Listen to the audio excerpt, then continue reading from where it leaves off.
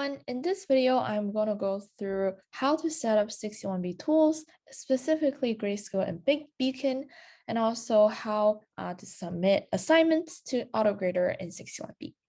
So first thing first, let's make sure that you are enrolled in the 61B course in Grayscope, as that's the main way of how you know about the AutoGrader result and know your scores. So when you go on Grayscope, make sure that you see CS61B course in your student courses in spring 2022. If you're not enrolled, please use this code 743W56 in order to enroll yourself onto the Grayscope. Okay, so after ensuring that your Grayscope is enrolled, next we need to set up Beacon. So in this class, we use Beacon as a place for all the students to view grades, requests for extensions, and apply slip minutes, or submit Git bugs, which is a tool we'll introduce later on in order for you to get help on debugging your code. Okay, so first let's open up the Beacon website. This should look something like this, and you sign into your CalCentral. You'll be needing to go through a couple steps to set up your Beacon account. Okay, so let's continue here and complete registration. So here, make sure that the instructional login is the same thing as your instructional login when you register on the terminal to set up your instructional account. And then here's your Beacon token, and make sure that your email is correct too. Okay, cool. So now after setting up your Beacon, we need to make sure that the email on your Grayscope account page matches the email you see on your Beacon so that the grading can be synced correctly between Beacon and Grayscope. So now let's click the link on the spec to go to the Grayscope account page. And you scroll down to the section, you don't need to scroll down actually. Look at the section with email addresses. It is my Berkeley email, and I see that it matches my Beacon, the email I have on Beacon. So that is correct. Once you confirm this, now we need to create a text editor. We need to go to text editor to create a file Beacon token and submit it later to AutoGrader to kind of let the AutoGrader knows that your Beacon has been set up correctly in order to receive your grades for Lab 1.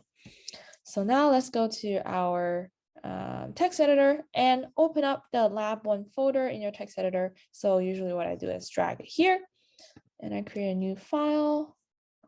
Okay, and I paste in my Beacon token from Beacon into this file, and I saved it as Beacon token.txt.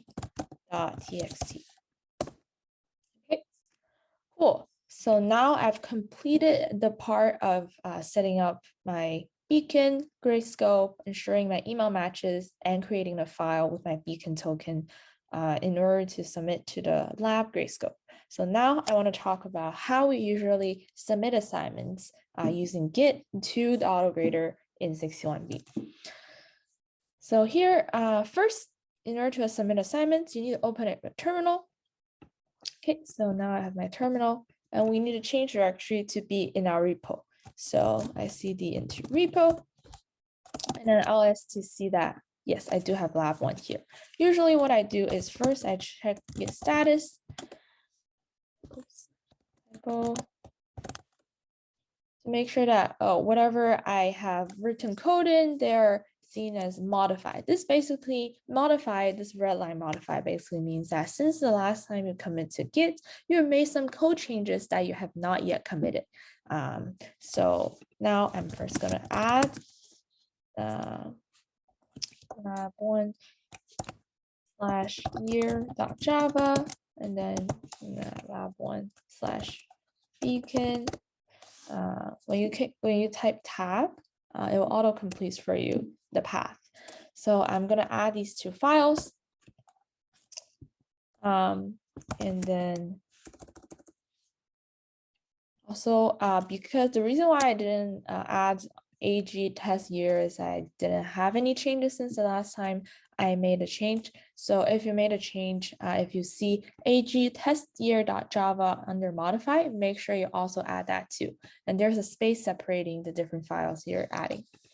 So there is a specific command you can copy over from lab spec to also add the files to Git. So next, after adding, I want to commit. So I'll just put the commit complete lab 1.